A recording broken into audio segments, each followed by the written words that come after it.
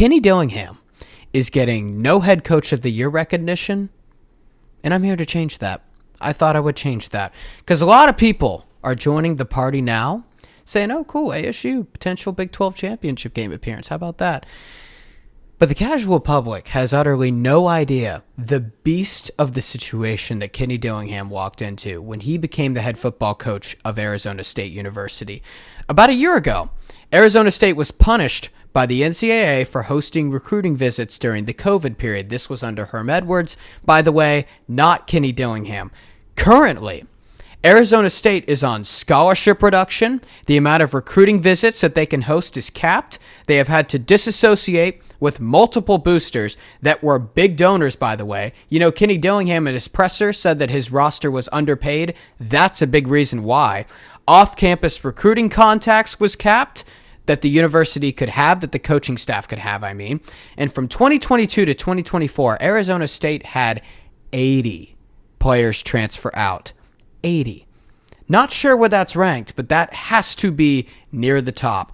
That being said, I always say give a coach 3 years. It's a case-by-case basis with everyone, but I say give a college coach 3 years to build up a program. If fans on message boards with the GMs, Nick Saban would have gotten fired in 2007, I guarantee you. Fans are too quick to say coaches should be fired.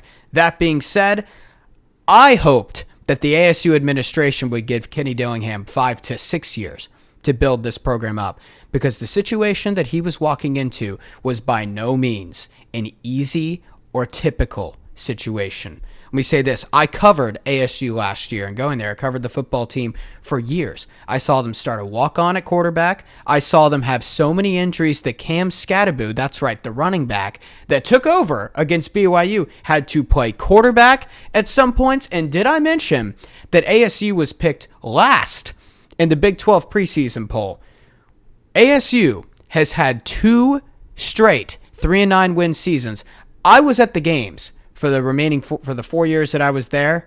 The games there were a lot of empty seats. I'll say that. There were a lot of empty seats. And with all of this in mind, this wasn't 5 years ago. This was a year ago, 1 year ago. And with all of that in mind, Arizona State is 1 win away from the Big 12 championship game. And first 10-win season in 10 years.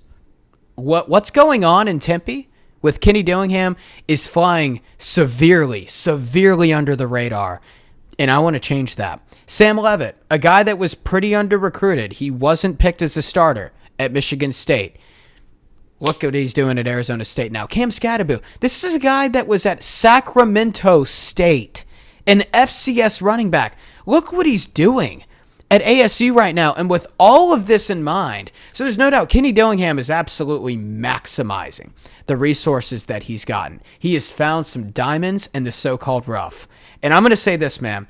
Kenny Dillingham to ASU, Jedd Fisch leaving U of A, underrated part, and USC and UCLA being down are potentially the four best things that could possibly happen to ASU football right now. Because while the Valley, the Phoenix area, the Arizona area as a whole, we'll call it, it's not like Dallas, it's not like Houston or Miami or Atlanta per se, but there's a sneaky amount of talent that comes from there. It won't blow you away, but it's a good amount. And with Jedd Fisch gone, I'd like to think that Kenny Dillingham's going to have an easier job of keeping those guys in state. And look, Kenny Dillingham grew up in the area. Sources say he wants to stick around for a long time if the financial things work itself out. And I'll say this guy's involved, man. I saw that guy everywhere, jogging around campus, driving golf carts. I mean, all the time. There was a time where I was taking grad pictures, and I look to the right of me, I see, it's Kenny Dillingham just jogging on a run in campus. Stops by, congratulates me, talks to me. How's it going? Good, man. Talk for a little bit. I'm filming a Chaparral High School game, and guess who it is? I look right to the right of me, and it's Kenny Dillingham, and we talk for like 10 minutes about how awesome it was for him to coach Bo Nix.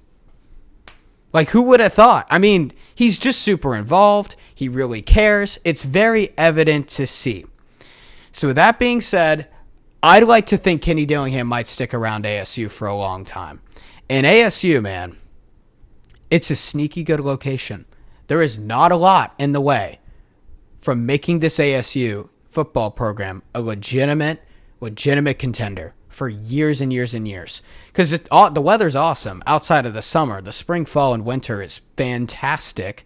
Fish being gone helps. But most importantly, ASU is a 5-hour drive from Los Angeles. Just a day drive away. And with USC and UCLA being down, who's to say that ASU can't get in on the action in California? Because that is a hotbed of football talent. Absolutely a hotbed of football talent. And what Oregon's doing right now, ASU could do some of that too.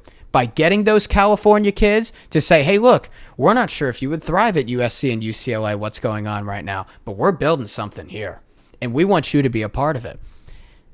That's an easy sell potentially right now. So ASU could really be a force for years to come. So Arizona State fans, I'm going to say this. Buckle up, man. Buckle up. Because this might be a fun ride. Kenny Dillingham, always welcome on the show. Always welcome on the show, man.